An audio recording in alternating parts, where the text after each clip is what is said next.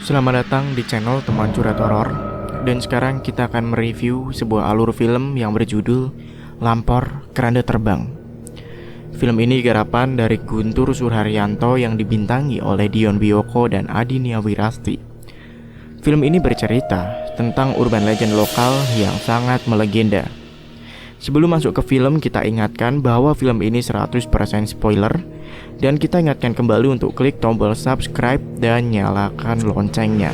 Terima kasih. Di adegan awal dari film ini, kita dibawa di tahun 1993, di mana ada sebuah ibu yang memberi pesan kepada anaknya yang bernama Neta untuk menjaga adiknya. Dan di tempat lain, ada dua pria yang sedang melakukan sebuah ritual. Nah, lalu ibu-ibu tersebut lari ke arah hutan.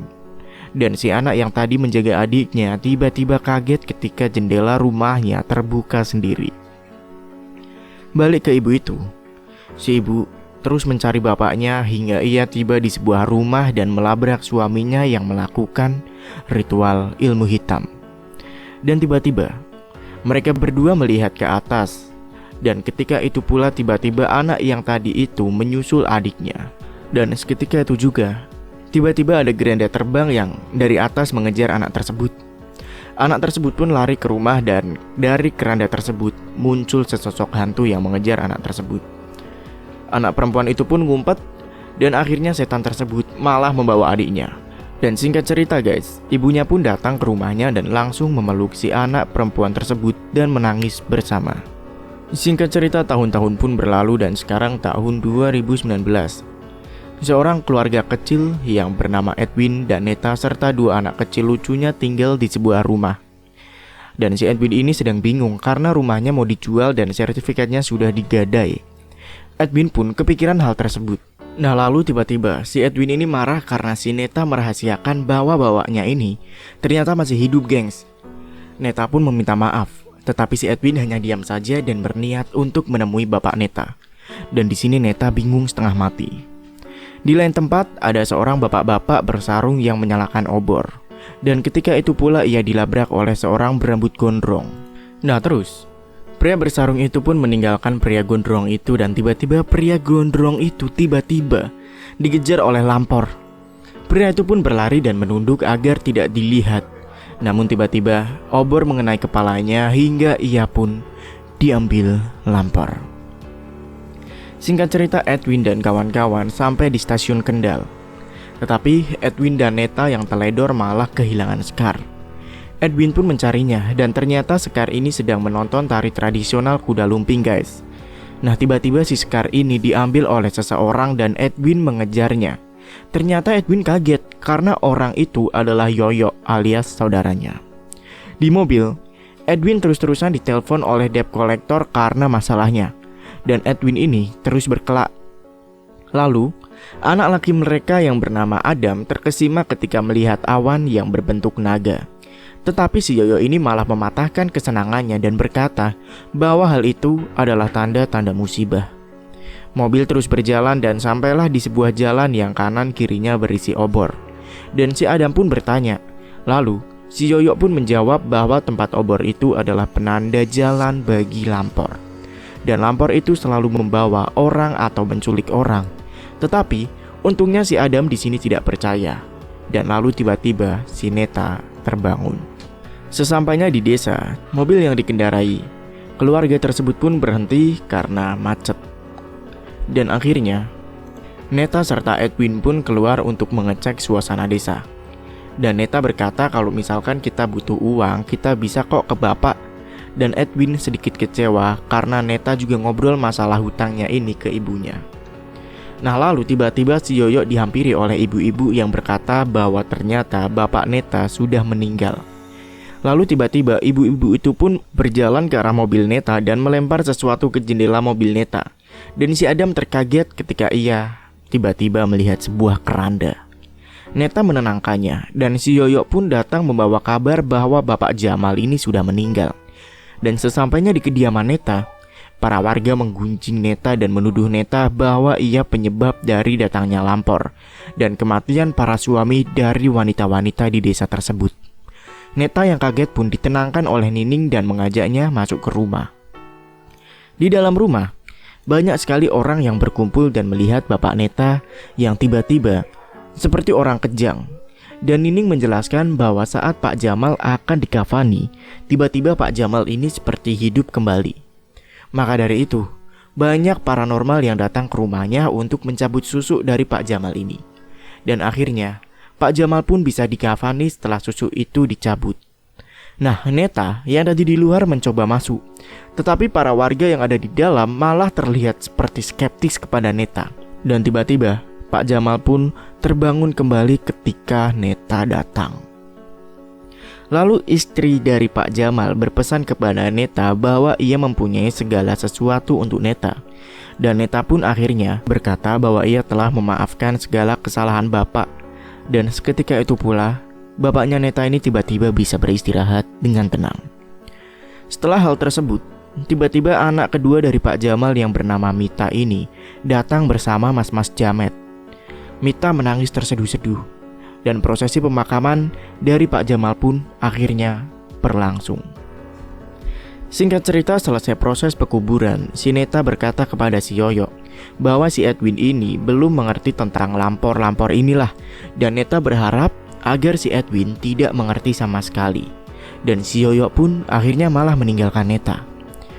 Nah terus, keluarga ini tiba-tiba kehilangan Sekar yang lagi-lagi ternyata Sekar berdiri di makam adik dari Neta, yaitu Ridwan, yang pada awal adegan ini diambil lampor. Tetapi di sini si Neta ini menyembunyikan fakta dari suaminya dan berkata bahwa adiknya ini meninggal karena sakit. Dan Sekar pun ditanya kok bisa-bisanya tiba-tiba di sini. Dan Sekar tiba-tiba menjawab bahwa ia diberitahu oleh kakek. Nah lalu guys, si Yoyo ini pun mengenalkan si Bimo ke Edwin.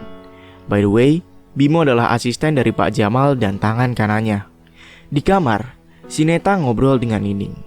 Si Nining bercerita bahwa Mita itu adalah anak adopsi dari Pak Jamal karena Pak Jamal dan Asti tidak bisa mempunyai anak. Lalu Mita ini juga menjadi anak kesayangan Pak Jamal. Tetapi sayang, karena si Mita ini tidak bisa mendapatkan warisan dari Pak Jamal. Balik ke Edwin dan Yoyo. Si Yoyo ini lagi-lagi mengungkap cerita bahwa si Asti dan si Bimo adalah kekasih rahasia kepada Edwin. Memang ya, si Yoyo ini sukanya ngegosip. Nah terus si Asti pun mengungkap bahwa kejadian lampor tiba-tiba kembali di desa ini dan si Yoyo memperingati Edwin bahwa sehabis maghrib jika ia mendengar ada kentongan, berarti saat itu pula kita tidak boleh keluar karena lampor sudah datang. Nah si Edwin pun bertanya kenapa si lampor ini meneror desa, dan Yoyo mengatakan karena ada hal yang tidak beres dari desa ini. Lalu Yoyo dan Edwin pun berdebat soal lampor ini guys, dan Yoyo berpesan untuk menjaga anak-anaknya. Balik ke Neta. Neta dan Nining pun akhirnya cerita-cerita tentang kedatangan lampor lagi. Si Nining pun pergi dan si Neta pun akhirnya eksplor rumah masa lalunya hingga tiba-tiba ia menemukan boneka yang terkubur di pasir. Dan ia pun mengambil dan teringat tentang masa lalunya saat bapaknya ini memberi kabar bahwa ia mempunyai seorang adik laki-laki yang baru lahir. Nah tiba-tiba boneka itu menghilang dari tangan Neta saat ia sadar. Neta yang kaget segera dihampiri oleh Edwin, dan Edwin pun memeluknya. Lalu si Edwin mengajak Neta untuk pulang ke Medan karena hal-hal nggak masuk akal ini bisa mengganggu. Tiba-tiba dari jendela si Mita ini menguping. Nah terus guys, saat Neta masuk, si Mita ini tiba-tiba menghadangnya dan bercerita tentang Asti ibu tirinya yang takut kekayaannya jatuh ke orang lain. Nah ketika Mita belum selesai bercerita, tiba-tiba ada bebunyian dan akhirnya Neta pun memutuskan masuk ke dalam rumah. Ketika Neta masuk ke dalam rumah, ia dihalangi oleh Bimo. Di tempat lain di sebuah air terjun, seorang pak tua terlihat sedang melakukan ritual. Dan malam harinya Neta pun berbincang-bincang dengan Asti. Dan ternyata Asti ini belum bisa move on dari Pak Jamal. Nah Asti ini sebenarnya cukup senang ketika si Neta ini pulang. Lalu tiba-tiba Mita pun masuk ke rumah dan mereka pun sedikit berdebat. Lalu si Asti ini meminta Bimo untuk menjelaskan tentang lampor dan Bimo menyarankan kalau bertemu lampor mereka harus menunduk dan pantang melihat. Dan jika tidak melakukan itu, maka mereka akan mati. Malam harinya, semua lampu di desa itu pun padam. Dan si Asti pun membuka lemari dan sadar bahwa ternyata sertifikat rumahnya sudah hilang. Lalu di lain tempat pada malam hari, si Mita datang menemui pacar jametnya dan berkata bahwa ia sudah menemukan sertifikatnya. Di kediaman si Edwin pun terbangun dan mencari si Adam yang sedang ngumpet. Lalu tiba-tiba jendela pintu pun terbuka dengan sendirinya. Sedangkan si Mita dan pacar jametnya ini tiba-tiba saja mendengar bunyi dari lampor. Mita langsung lari dan ngumpet di sebuah gubuk. Balik ke Edwin ya. Edwin meminjam iPad dari Agam dan di luar jendela ternyata sudah ada makhluk lampor itu. Lalu si Edwin merekam makhluk itu lewat iPad dan benar saja ternyata makhluk lampor itu ada. Edwin langsung memeluk si Adam dan tiba-tiba pintu jendela pun tertutup dengan sendirinya. Balik ke Mita. Mita ini akhirnya menyarankan si Jamet untuk ngumpet. Tapi si Jamet tidak mendengarkan. Dan akhirnya si Jamet ini malah dicekik oleh lampor hingga ia tewas. Mita yang melihat hal itu pun berlari dan menunduk. Tetapi tidak dengan Edwin. Edwin dibawa oleh keranda tersebut. Dan ternyata guys, itu adalah mimpi dari Edwin saja. Edwin yang terbangun langsung bertanya apa yang sebenarnya terjadi pada Neta dan apa hubungannya antara Neta dengan lampor itu. Lalu si Neta ini malah menyarankan si Edwin untuk mengobrol dengan Asti. Di lapangan, Sekar dan Adam bermain layang-layang. Tetapi si Sekar ini malah berpaling dan tertarik ke sebuah hutan. Sekar pun masuk ke hutan itu dan menemukan si Meta yang sedang terkapar. Sekar berteriak dan si Adam pun menghampirinya. Balik ke Neta dan Edwin ya. Neta dan Edwin pun bertanya ke Nining di mana si Asti berada. Nah, belum selesai mereka ngobrol, Adam dan Sekar pun datang dan berkata bahwa Mita ini pingsan. Edwin pun membawanya ke rumah dan di rumah si Mita ini malah kesurupan dan berkata bahwa lampor datang untuk yang berdosa. Setelah itu si Adam pun balik untuk mengambil layang-layangnya dan tiba-tiba layang-layangnya pun jatuh ke sebuah hutan. Adam menghampiri layang-layang tersebut dan mengambil layang-layang itu. Lalu seketika itu pula ia seperti melihat kain guys. Ia pun mengangkat kain itu dan menemukan seperti mayat atau boneka dengan bau busuk. Nah tiba-tiba Bimo dan Asti pun datang dan si Adam pun menghampirinya. Di kediaman si Sekar terkena demam guys. Dan si Edwin meminta Neta dan kawan-kawan untuk meninggalkan tempat tersebut. Lalu guys, tiba-tiba si Adam pun datang dan berkata bahwa si Mita mau dibawa pergi. Edwin langsung menghalanginya.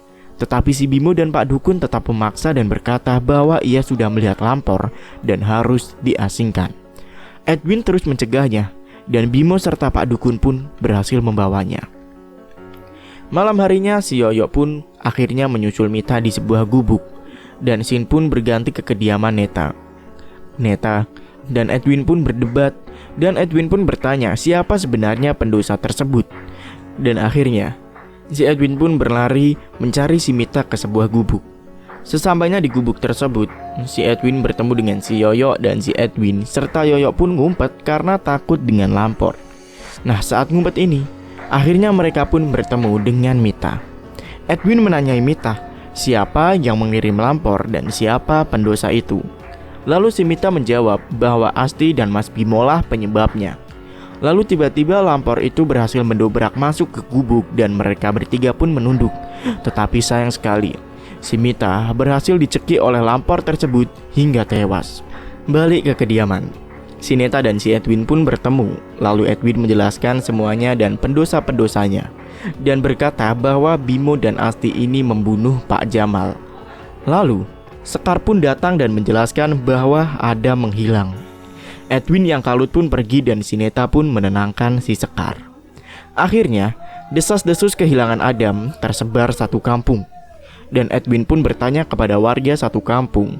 Lalu ia bertemu dengan Yoyok dan meminta pertolongan Yoyok. Di kediamannya, Pak Dukun dan Bimo sedang berusaha mencari Adam. Lalu tiba-tiba Edwin pun datang ke rumah dan bergelut dengan Bimo. Nah si Asti ini malah menuduh Neta penyebabnya. Neta pun kabur dan Edwin mengejarnya. Ia pun bertanya ke Neta Lalu Neta menjelaskan tentang hal kejadian 25 tahun yang lalu. Dan fakta-fakta pun terungkap di sini, bahwa ternyata yang seharusnya diambil oleh Lampor itu Neta, bukan adiknya. Dan sejak kejadian itu, Lampor ini, si Neta, merasa bersalah karena si Ridwan adiknya ini menjadi tumbal dari ayahnya. Dan Edwin pun akhirnya sadar bahwa aslinya pendosanya adalah si Neta. Tetapi si Edwin berkata nggak apa-apa dan ia akan terus berjuang sampai Edwin menemukan Adam.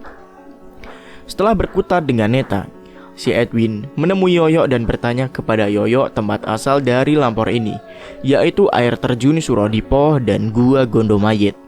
Akhirnya mereka berdua pun OTW ke sana. Si Neta yang sedih akhirnya dihampiri oleh Sekar dan Sekar berkata bahwa Neta harus menunjukkan rasa sayangnya kepada anak-anaknya. Nah, Neta bertanya, siapa yang bilang seperti itu? Lalu Sekar menjawab bahwa yang bilang itu adalah kakek. Lalu Sekar menunjukkan letak kakek berada. Neta yang mengecek itu tidak dapat menemukan kakek dan berkata kepada Sekar, kakek bicara kepada Sekar bahwa Adam ditahan oleh Lampor. Dan Neta pun akhirnya pergi dari rumah untuk ke makam bapaknya. Di makam, Neta berbicara sendiri ke makam ayahnya yang mana ayahnya ini dulu tidak pernah mencintai Neta. Nah, setelah itu tiba-tiba Asti menyusul Neta dan memberikannya sebuah surat yang isinya mengharap Neta untuk pulang. Lalu Neta pun menekan Asti tentang hubungan gelapnya pada Bimo. Dan Neta pun menuduh Asti membunuh ayahnya. Si Asti menyangkalnya. Dan akhirnya Asti ini mengungkap fakta bahwa ia dipaksa menikah kepada Pak Jamal karena Pak Jamal mempunyai hutang kepada Pak Atmo. Dan akhirnya Asti memberikan warisannya kepada si Neta. Balik ke Edwin guys. Di sini Edwin sampai di tempat Lampor. Dan si Bimo serta Pak Dukun juga ternyata sampai di sana. Edwin ini terus mencari Adam hingga ia stres. Nah, balik ke Neta. Neta memberikan sebuah rekaman kepada si Asti. Asti melihat rekaman tersebut yang ternyata si Bimo ini berselingkuh dengan Nining. Dan Bimo serta Nining pun berusaha untuk mengendalikan harta dari ayahnya Neta. Si Asti kaget. Dan tiba-tiba si Sekar pun kesurupan arwah Jamal yang berkata bahwa Asti sudah dikhianati oleh orang-orang tersayangnya. Di Gua Gondomayit, si Edwin menemukan Atmo yang sedang melakukan ritual. Edwin pun bertanya di mana si Adam. Tetapi si Atmo atau Pak Dukun tersebut berkata bahwa si Adam sudah jadi korban Lampor. Pertarungan pun terjadi antara Atmo dan Pak Edwin. Edwin berhasil menusuk si Atmo, tetapi si Atmo malah melemparkan balik senjata milik Edwin hingga Edwin pingsan. Sedangkan Atmo berlari menuju Bimo, tetapi naas Atmo tewas duluan. Lalu si Edwin pun terbangun dan berlari ke arah Yoyok dan kabur. Sedangkan Neta melihat gambar pohon besar milik Adam. Neta pun akhirnya menggali tanah di bawah pohon tersebut dan menemukan sebuah mayat bayi. Nah, tiba-tiba si Nining pun datang. Lalu Nining bertarung dengan si Neta. Sementara si Atmo bangun kembali dan akhirnya si Atmo ini bisa menyembuhkan dirinya sendiri guys. Neta dan Nining terus bergelut hingga Neta berhasil memukul Nining. Tetapi sayang, si Neta malah dihadang oleh Bimo dan dipukul pingsan. Nah, singkat cerita nih guys, Neta dan si Adam pun diikat di sebuah tanah lapang. Dan seketika itu pula ia akan dikorbankan kepada Lampor. Tetapi untungnya, Edwin datang menyelamatkannya di saat si Lampor ini datang. Dan tiba-tiba guys, dan si Neta malah menghadap Lampor tersebut. Neta pun diangkat oleh Lampor itu. Tetapi entah kenapa si Neta tidak tewas dan Lampor itu malah melepaskannya. Yoyo yang tadi di mobil akhirnya mengarahkan lampunya ke gubuk di mana si Nining dan Bimo berada. Akhirnya Lampor tersebut malah menghampiri Nining dan Bimo. Singkat cerita, si Lampor berhasil membunuh Bimo sedangkan si Nining dibawa kabur oleh Lampor. Lalu si Edwin bertanya di mana Sekar. Dan akhirnya mereka pun teringat bahwa Sekar ada di rumah. Akhirnya mereka pun pergi menyusul Sekar. Tiba-tiba ada sebuah suara yang mengalihkan Asti. Asti pun menghampiri suara tersebut dan ternyata itu adalah suara dari Lampor. Dan Lampor datang bersama si Atmo. Singkat cerita, Sekar berhasil dibawa oleh Lampor dan Neta yang melihat itu langsung mengejar Lampor hingga akhirnya si Sekar berhasil lolos. Dan Neta pun memeluk Sekar. Lalu pada saat itu pula guys, si Lampor datang. Lalu si Neta ini malah menyerahkan diri ke Lampor itu. Lalu tiba-tiba guys, Sekar malah kesurupan bapak dari Neta, yaitu Pak Jamal, yang berkata seperti sebuah password, yang intinya tidak peduli seberapa besar dosanya, yang namanya cinta akan tetap menang. Balik ke kediaman guys, Edwin akhirnya ngelabrak si Atmo yang ternyata niat Atmo ini adalah untuk menguasai Lampor. Tetapi sayang guys, belum sempat menguasai, si Lampor ini sudah ada di belakang si Atmo dan malah membawa Atmo sendiri, alias senjata makan tuan. Dan akhirnya matilah si Atmo. Dan singkat cerita guys, mereka pun bertemu dan mereka berpelukan dan tamatlah film Lampor ini. Menurut kalian bagaimana film Lampor ini? Apakah kalian cukup terhibur dengan film horor ini? Dan jangan lupa ya, untuk support film aslinya dengan membeli atau streaming original filmnya. Dan oh ya, kalau mungkin kalian pengen request film, kalian bisa tuliskan kok di kolom komentar. Baiklah, TJ pamit, dan sampai bertemu di film-film selanjutnya.